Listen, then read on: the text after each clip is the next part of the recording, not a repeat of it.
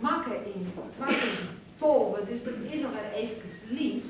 Ik mocht toen jongen bij de slag bij Waas betinking. En ik denk, ja, betinken en waarom zien naar het verliezen.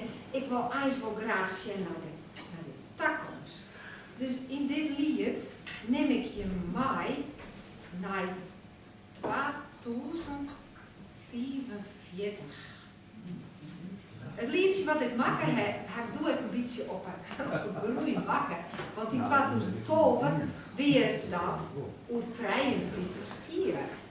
En nu, in 2018, is dat op 27 jaar. Nou, dat past nog heel dit in het metrum. Dus het vers is een beetje op een groei. Ik ken het nou, ik nog 5 jaar. En ik dacht op zo'n tjongjong, waarbij, ja, romsjong wordt. En met een periode afsluiten wordt, is het denk ik wel mooi. En dit lied bij de show. In 27 jaar, de melodij heb ik deze keer echt berlinend, is van Boudewijn Groot Testament. En het is de slag bij Waas voor 27 jaar. Voor 27 jaar, dat zal het heven, de slag bij Waas, zo'n 100 jaar verliezen. Ik liet mijn tezen in de jochten zweven en ben benijd hoe ik het hier dan vind.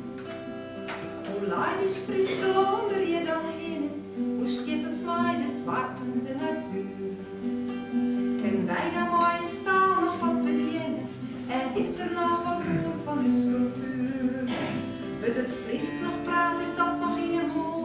Of is het enkel Hollands dat men jet? Of is dat in het trocht Engels kan geworden? En is het voor uw staal verloren te let? Al die bodders die zo voor het fris krubjeien, ze zullen zien die tijd wel niet meer lang. En zo'n jonge meesten nog proberen, het fris knijden impulsen mij die aan.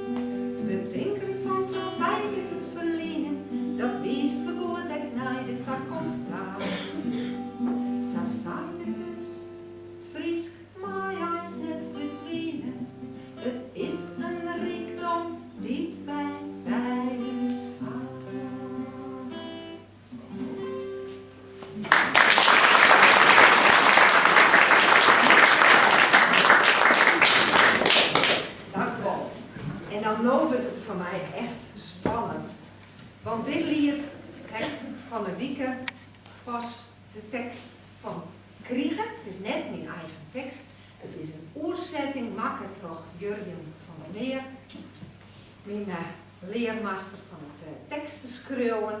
En ik dacht van het jongjong, ja, wat zoek je jongen ballen? Wat komt er? Ja, afscheid nemen.